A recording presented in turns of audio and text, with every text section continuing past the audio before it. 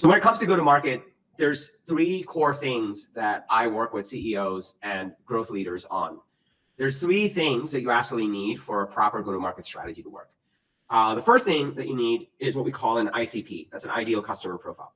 So you could be selling to a lot of different people in the market. Your competitors may be selling to a lot of different people in the market. But when you have a properly defined ICP, ideal customer profile, you get a lot more specific on here's where we win and here's where we lose and here's where we want to double down. I've personally been part of ICP exercises. Part of the biggest company I've been part of when we were doing an ICP exercise was they were at 450 million ARR. And even for them, the ICP exercise changed their growth trajectory. One of the things we did for an ICP, this is how powerful it is, we believed so much in our ICP. What we did, they had a lot of data, and I'm sure you have a lot of data.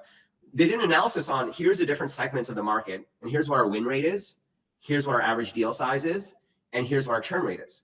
And based on that, we recrafted our ICP on where that win rate was the highest, the deal sizes were the best, and the churn rate was lower. And then we said, for this ICP, we're going to change the commission plan. So we went to the salespeople and we said, look, you can do whatever deal you want. But if you do an ICP deal, if a deal is an ICP deal, you get full commission. But if you do a non-ICP deal, we know that the win rate is lower. We know that the average deal size is going to be lower. We know they're going to churn, so the commission is lower. And we incentivize salespeople essentially to do ICP deals. And because of that, everyone made more money and the company made more money.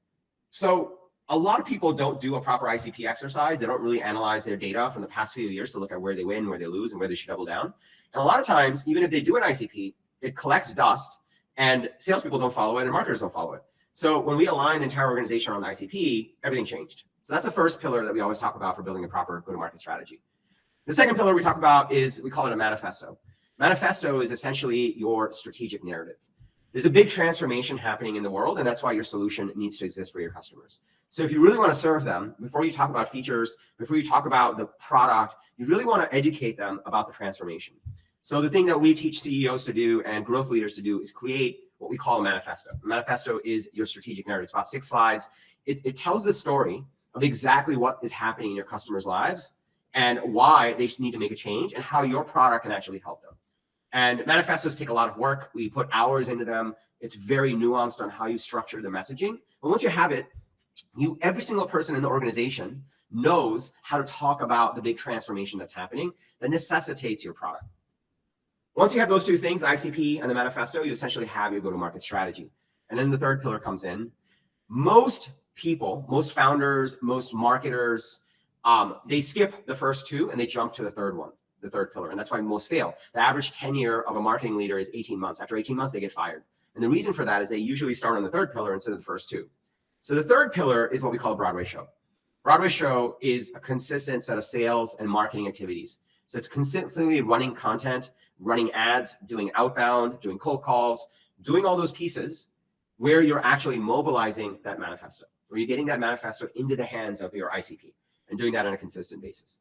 So those are the 3 pillars we always work on: ICP, manifesto, and then Broadway show.